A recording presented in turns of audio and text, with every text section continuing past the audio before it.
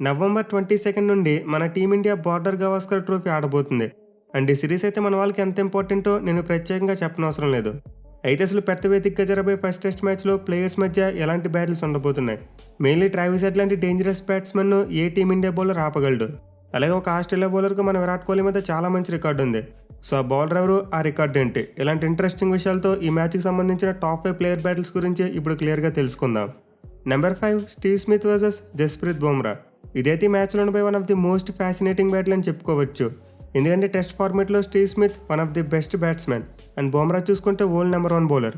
So ఇద్దరు best players మధ్య battle అంటే అది ఎంత పోటాపోటీగా ఉంటుందో నేను ప్రత్యేకంగా చెప్పనవసరం లేదు. అయితే ఇప్పటివరకు వీళ్ళిద్దరి మధ్య జరిగిన ఫేస్ ఆఫ్లో చూసుకుంటే మాత్రం స్టీవ్ స్మిత్తే పైచేయి. ఎందుకంటే వీళ్ళిద్దరు తలపడ్డ 5 ఇన్నింగ్స్లో అతను 114 బంతులు ఆడితే 52 పరుగులు చేశాడు. మోస్ట్ ఇంపార్టెంట్లో బుమ్రా బౌలింగ్లో ఒక్కసారి మాత్రం అవుట్ అయ్యాడు. సో స్మిత్కి అయితే బుమ్రా మీద 52 యావరేజ్ ఉంది అండ్ సిరాజ్ మీద చూసుకున్న 82 యావరేజ్ ఉంది. విచ్ మీన్స్ మన ఇద్దరు ఫాస్ట్ బౌలర్స్ మీద అతనికి మంచి రికార్డు ఉంది. అండ్ అఫ్కోర్స్ జడేజా బౌలింగ్లో అతను 8 సార్లు అవుట్ అయ్యాడు. బట్ ఈ పెద్ద వికెట్ స్పిన్ బౌలింగ్కి ఎక్కువగా అనుకూలించదు కాబట్టి మనమైతే వీళ్ళిద్దరి మధ్య ఒక స్పైసీ బ్యాటిల్ చూడలేం. అయితే స్మిత్ మరియు బుమ్రా మధ్య మాత్రం ఒక టాప్ మ్యాచ్ బ్యాటిల్ మనం చూడొచ్చు. Number 4 Marnus Labuschagne versus Ravindra Jadeja. ఇదైతే ఇద్దరు ప్లేయర్స్ మధ్య ఉండిపోయి ఒక మంచి సైకలాజికల్ బ్యాటిల్ అని చెప్పుకోవచ్చు. ఎందుకంటే మార్నస్ లబూషియన్ ఎప్పుడు కూడా జడేజాని ఆడేందుకు చాలా స్ట్రగుల్ అయ్యాడు. ఈవెన్ ఆస్ట్రేలియా సాల్ మీద కూడా అతను జడేజాని కంఫర్టబుల్గా ఆడలేకపోయాడు ప్రీవియస్గా. సో ఇప్పటివరకు అయితే జడేజా లబూషియాన్ని చాలా డామినేట్ చేశాడు. వీళ్ళిద్దరు తలపడ్డ 12 ఇన్నింగ్స్లో 301 బాల్స్ వేస్తే కేవలం 99 పరుగులు మాత్రం ఇచ్చాడు. మోస్ట్ ఇంపార్టెంట్లీ లబూషియాని టెస్ట్ ఫార్మేట్లో 5 టైమ్స్ అవుట్ చేశాడు. సో క్లియర్లీ జడేజాకి అగైనెస్ట్గా అతని బ్యాటింగ్ యావరేజ్ చూసుకుంటే చాలా తక్కువ ఉంది, ఇన్ఫాక్ట్ బిలో 20 ఉంది. అదే స్టీవ్ స్మిత్ చూసుకుంటే 8 సార్లు అవుట్ అయినప్పటికీ యావరేజ్ మాత్రం కాస్త ఎక్కువగా ఉంది.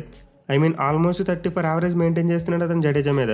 బట్ లబూషియన్ చూసుకుంటే మాత్రం జడేజా బౌలింగ్లో ఎప్పుడు కూడా స్ట్రగుల్ అవుతూనే వచ్చాడు. సో దీంతో డెఫినెట్లీ మనమైతే ఈ మ్యాచ్లో వీళ్ళిద్దరి మధ్య ఒక ఇంట్రెస్టింగ్ బ్యాటిల్ చూడొచ్చు.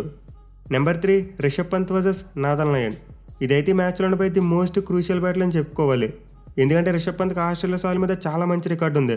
ఇన్ఫాక్ట్ అతను ఆస్ట్రేలియా గడ్డ మీద 62 యావరేజ్ని మెయింటైన్ చేస్తున్నాడు. పైగా ఇప్పుడు రిషబ్ పంత్ ఫామ్ చూసుకుంటే అద్భుతంగా ఉంది. సో డెఫినెట్లీ పంత్ అయితే ఆస్ట్రేలియా టీంకి ఒక నైట్ మేర్ లాంటాడు. బట్ ఎనివే ఈ ఆస్ట్రేలియా సాయిల్ మీద నాథన్ లయన్ కొంతవరకు పంత్ని ఆపగలిగాడు. ఐ మీన్ ఆసీస్ ఫాస్ట్ బౌలర్స్తో కంపేర్ చేసుకుంటే అతను ఎక్కువసార్లు పంత్ని అవుట్ చేశాడు. So obviously right arm off స్పిన్నర్కు మరి లెఫ్ట్ హ్యాండ్ బ్యాట్స్మెన్కి మధ్య ఎప్పుడు కూడా ఒక మంచి బ్యాటిల్ ఉంటుంది. అండ్ ప్రీవియస్గా చూసుకుంటే వీళ్ళిద్దరు తలపడ్డ 12 ఇన్నింగ్స్లో 347 బాల్స్ ఆడిన పంత్ 229 పరుగులు చేశాడు. అండ్ ఆల్సో ఈ 12 ఇన్నింగ్స్లో అతను బౌలింగ్లో 5 టైమ్స్ అవుట్ కూడా అయ్యాడు. సో పంత్ అయితే ఆబ్వియస్లీ స్పిన్నర్స్ మీద అటాక్ చేస్తాడు. బట్ ఇలా అటాక్ చేసే క్రమంలో ఎక్కువసార్లు నాథన్ లయన్ బౌలింగ్లో అవుట్ అయ్యాడు. అందుకే ఈ బౌలర్ మీద అతని యావరేజ్ కాస్త తక్కువ ఉంది. ఐ మీన్ ఆస్ట్రేలియా సాయిల్ మీద అతను ఓవరాల్ యావరేజ్ 62గా ఉంటే లయన్ మీద మాత్రం 45.8గా ఉంది. సో దీంతో డెఫినెట్లీ ఇద్దరి మధ్య మరోసారి మనమైతే ఒక ఫైరీ బ్యాటిల్ చూసే అవకాశాలు కనిపిస్తున్నాయి. Mainly last time Rishabh Pant Australia వాళ్ళకు చేతి జ్ఞాపకాలు అందించాడు. సో ఖచ్చితంగా వాళ్ళైతే రిషబ్ పంత్ని అవుట్ చేయడానికి ఒక స్పెషల్ ప్లాన్ వేసుకుని వస్తారు. Number 2 Travis head versus Jasprit Bumrah. ఇదైతే ఒక మ్యాచ్ డిసైడింగ్ బ్యాటిల్ అని చెప్పుకోవచ్చు. ఎందుకంటే మన టీమిండియాకి రిషబ్ పంత్ ఎలానో ఆస్ట్రేలియా టీంకి ట్రావిస్ హెడ్ అలా. ఐ మీన్ అతను ఇప్పుడు కూడా మన టీమిండియా మీద మంచిగా ఆడుతూ ఉంటాడు. మెయిన్లీ WTC ఫైనల్ మరియు వరల్డ్ కప్ ఫైనల్ ఆడిన ఇన్నింగ్స్లు ఇంకా మనకు గుర్తున్నాయి. ఈవెన్ T20 వరల్డ్ కప్లో కూడా మన మీద ఒక మంచి ఇన్నింగ్స్ ఆడాడు. సో ట్రావిస్ హెడ్ ఇప్పుడు కూడా మన టీమిండియాకి ఒక డేంజర్ ప్లేయరే. ఇన్ఫాక్ట్ అతనికి మన బౌలర్స్ అందరి మీద కూడా చాలా మంచి రికార్డు ఉంది. బట్ ఎనివే బుమ్రా చూసుకుంటే టెస్ట్ ఫార్మేట్లో చాలా వరకు హెడ్ను కాస్త కామ్గా ఉంచగలిగాడు. మెయిన్లీ స్ట్రైక్ రేట్ విషయంలో చూసుకుంటే హెడ్ ఎప్పుడు కూడా ఫ్రీ ఫ్లోయింగ్ బ్యాటింగ్ చేస్తాడు. బట్ బుమ్రా బౌలింగ్లో మాత్రం అంత ఫ్రీ ఫ్లోయింగ్గా ఆడలేకపోయాడు. సో ఇప్పటివరకు మొత్తం వీళ్ళిద్దరూ 9 ఇన్నింగ్స్లో తలపడితే 126 బాల్స్ వేసిన బుమ్రా 50 పరుగులు మాత్రం ఇచ్చాడు. మోస్ట్ ఇంపార్టెంట్లో అతను 2 టైమ్స్ అవుట్ చేశాడు కూడా. సో హెడ్కి అయితే బుమ్రా మీద కేవలం 25 యావరేజ్ మాత్రమే ఉంది. అండ్ స్ట్రైక్ రేట్ చూసుకున్న ముందు చెప్పుకున్నట్టే చాలా తక్కువ ఉంది. ఐ మీన్ అతని డిస్ట్రక్టివ్ బ్యాటింగ్తో కంపేర్ చేసుకుంటే చాలా తక్కువ. సో డెఫినెట్లీ ఫస్ట్ టెస్ట్ మ్యాచ్లో హెడ్ బ్యాటింగ్ రాగానే బుమ్రా తనంతట తన బౌలింగ్కి రావాలి. ఇన్ఫాక్ట్ ఈ మ్యాచ్లో అతని డిసిజన్ ఓన్గా తీసుకోవచ్చు. ఎందుకంటే ఫస్ట్ టెస్ట్ మ్యాచ్కి కెప్టెన్ అతనే. సో ట్రావిస్ హెడ్ బ్యాటింగ్ రాగానే వెంటనే బుమ్రా తనని తన యాక్షన్లోకి తెచ్చుకోవాలి. ఎందుకంటే అతను ఎర్లీగా అవుట్ చేయకపోతే తర్వాత అవుట్ చేయడం చాలా కష్టంగా మారిపోతుంది. సో చూడాలి మరి బుమ్రా బౌలర్గానే కాకుండా క్యాప్టెన్గా కూడా ట్రావిస్ హెడ్ను ఎలా ట్యాకిల్ చేస్తాడనేది. Number 1 Virat Kohli versus Pat Cummins. ఇదైతే ఈ మ్యాచ్లో ఉండబోయే ది బిగ్గెస్ట్ బ్యాటిల్ అని చెప్పుకోవచ్చు. ఎందుకంటే విరాట్ కోహ్లీ కూడా ఆస్ట్రేలియా సాయిల్ మీద చాలా మంచి రికార్డు ఉంది. గతంలో BGT సిరీస్లో అన్నప్పుడు చాలా ఎక్కువ రన్స్ స్కోర్ చేశాడు. మెయిన్ అతనికి మిచెల్ స్టార్క్ మరియు జాస్ హాజెల్వుడ్ ఇద్దరి మీద కూడా చాలా మంచి రికార్డు ఉంది. బట్ కమిన్స్ చూసుకుంటే మాత్రం విరాట్ కోహ్లీని ఫార్మేట్లో చాలా డామినేట్ చేశాడు. ఇన్ఫాక్ట్ లాస్ట్ ఇయర్ వన్డే ఫార్మేట్లో కూడా చూసాం. వరల్డ్ కప్ ఫైనల్ అతను విరాట్ కోహ్లీని అవుట్ చేశాడు. సో అక్రాస్ ది ఫార్మేట్ చూసుకున్న కోహ్లీ అయితే ప్యాట్ కమిన్స్ ఆడేందుకు కాస్త ఇబ్బంది పడతాడు. అండ్ అందులో భాగంగానే టెస్ట్ ఫార్మేట్ విషయానికి వస్తే అతని రికార్డ్ ఇంకా పూర్గా ఉంది. సో ఇప్పటివరకు వీళ్ళిద్దరూ మొత్తం 12 ఇన్నింగ్స్లో తలపడితే 269 బాల్స్ వేసిన ప్యాట్ కమిన్స్ 96 పరుగులు మాత్రం ఇచ్చాడు. మోస్ట్ ఇంపార్టెంట్లీ విరాట్ కోహ్లీను 5 టైమ్స్ అవుట్ చేశాడు. విచ్ మీన్స్ కోహ్లీ యావరేజ్ కమిన్స్కి అగెనిస్ట్గా కేవలం 19.2గా మాత్రమే ఉంది.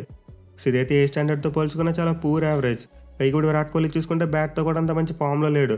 న్యూజిలాండ్తో జరిగిన సిరీస్లో ఘోరంగా ఫెయిల్ అయ్యాడు. దీంతో ఖచ్చితంగా ప్యాట్ కమిన్స్ మరోసారి కోహ్లీని డామినేట్ చేయాలని చూస్తాడు. చూడాలి మరి మన king Virat Kohli Pat Cummins థ్రెట్ను ఎలా దిగమిస్తాడు అనేది. ఇక వీటితో పాటు ఈ సిరీస్లో మరికొన్ని ఇంట్రెస్టింగ్ బ్యాటిల్స్ ఉన్నాయి. మెయిల్ ఆస్ట్రేలియా ఓపెనర్ ఉస్మాన్ ఖవాజా మరియు మహమ్మద్ సిరాజ్ వీళ్ళిద్దరి మధ్య కూడా ఒక మంచి బ్యాటిల్ పడే అవకాశాలు ఉన్నాయి. ఎందుకంటే సిరాజ్ బౌలింగ్లో ఖవాజా చాలా స్ట్రగుల్ అయ్యాడు. ఇన్ఫాక్ట్ 2 సార్లు అవుట్ అవడంతో పాటు అతని యావరేజ్ కేవలం 11 మాత్రమే ఉంది సిరాజ్కి అగెనిస్ట్గా. అలాగే కేఎల్ రాహుల్ మరియు జాస్ హాజల్వుడ్ మధ్య కూడా మనం ఒక ఇంట్రెస్టింగ్ బ్యాటిల్ చూడొచ్చు. ఎందుకంటే ఇప్పటివరకు హాజల్వుడ్ రాహుల్ని 12 ఇన్నింగ్స్లో 4 టైమ్స్ అవుట్ చేశాడు. అండ్ ఆల్సో హాజల్వుడ్కి అగెనిస్ట్గా రాహుల్ బ్యాటింగ్ యావరేజ్ కూడా 30.5గానే ఉంది. సో డెఫినెట్లీ మ్యాచ్తో పాటు ఈ సిరీస్లో చాలా అంటే చాలా ఇంట్రెస్టింగ్ బ్యాటిల్స్ ఉండబోతున్నాయి. మరి మీరు వీటిలో ఏ బ్యాటిల్ కోసం మోస్ట్ ఎగ్జైటింగ్గా వెయిట్ చేస్తున్నారో కింద కామెంట్ చేయండి. Thank you for watching. Have a nice day.